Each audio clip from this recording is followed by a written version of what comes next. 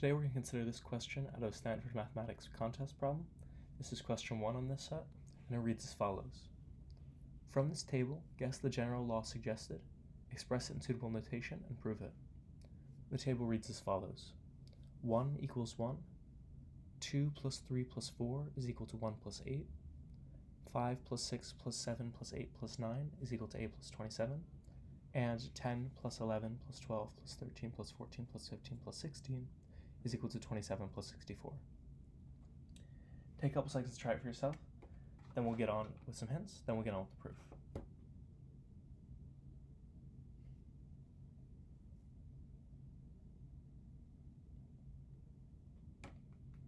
Alright, now I've had a couple seconds to try it out, let's go with some hints. So for some hints, we want to prove this, and it kind of looks like we have an idea for all n, something about summing between two squares is equal to the sum of their respective cubes in some way. And it looks like we're going to be trying to prove this for all natural numbers. So either if we're trying to prove something for all natural numbers, we should do by induction. Be careful with the induction. Maybe the n equals 1 case is a little wonky, so maybe you can start with n equals 2 or some base case. Or you can try to prove it more directly. And if you try to prove it more directly, there's another trick you might need to know that will help you.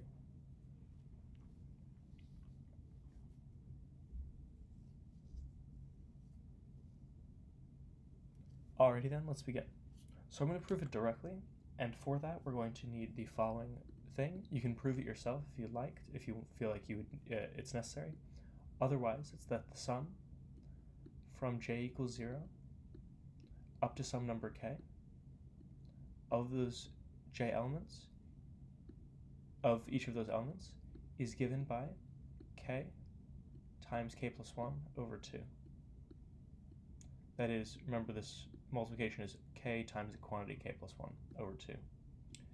And this is called Gauss's Trick sometimes, because you can use it very quickly to sum the numbers, to sum between any two large numbers. For instance, the sum from 0 to 100 is 100 times 101 over 2, should be 50 times 101, should be 50/50. And there's a story that Gauss was able to do this very quickly by doing this trick when he was when it was given as a time-wasting problem. Now that we've shown this trick we're going to need, we now need to express this in suitable notation so that this makes sense. By the way, the suitable notation part just means, most likely means express it in sigma notation. And for this, we're going to say that this is our conjectured law, which is that the sum from n squared plus 1 all the way up to n plus 1 squared is going to be equal to these n cubed plus n plus 1 cubed. Let's use index I is equal to n cubed plus n plus 1 quantity cubed. So if this is more of a hint that's your style, you can try to prove it from here using these two facts. Otherwise, we'll begin. So we should also note that our n is taken from the natural numbers greater than or equal to, let's see, does 1 work? 1 squared? Well, if we try 1, then we get the sum from 1 to 1 to 4, which should work. I'm sorry, this should be n plus 1 squared.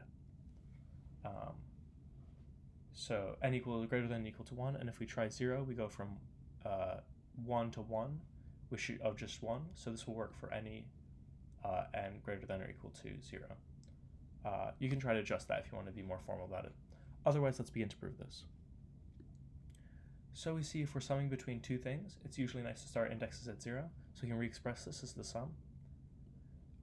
One sum minus another sum, namely, this is the sum from 0 up to n squared, and this is the sum from 0 up to n plus 1 squared. We see if we subtract these two, we're going to get the sum we care about. So we just need to show that this is the quantity we are interested in. And these are both we're just summing the I terms.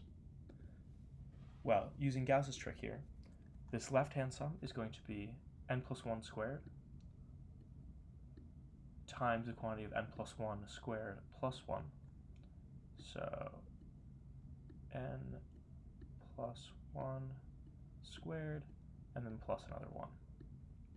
and the left term is just going to be n plus 1 squared. We're going to divide that all by 2. And then we do the exact same trick, so the other sum, I'm not going to write it out here, is going to be written as n squared times n squared plus 1 over 2, so minus some other term. And if we expand both of these out, we get the following large division, which is going to be the quantity of n plus 1 squared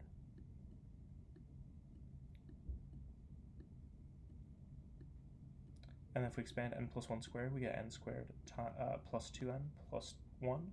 But if we add another 1 to that, we get n squared plus 2n plus 2 plus 2n plus 2. Now we're going to subtract off our other terms, which would be n squared times n plus 1, n squared plus 1, which should be n to the 4th minus n squared. I'm sorry, well, in this case, it can be a plus because the minus is outside, plus n squared.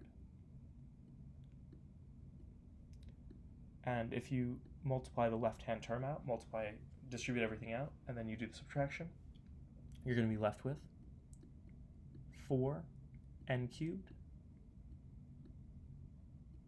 plus 6n squared plus 6n plus 2. All of that's over 2. 2 over 2.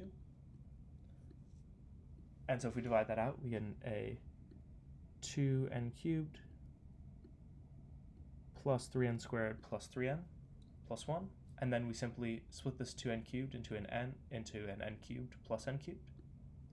And we see the right-hand term, n cubed plus 3n squared plus 3n plus 1, is just going to be an n plus 1 quantity cubed by recognizing the binomial coefficients.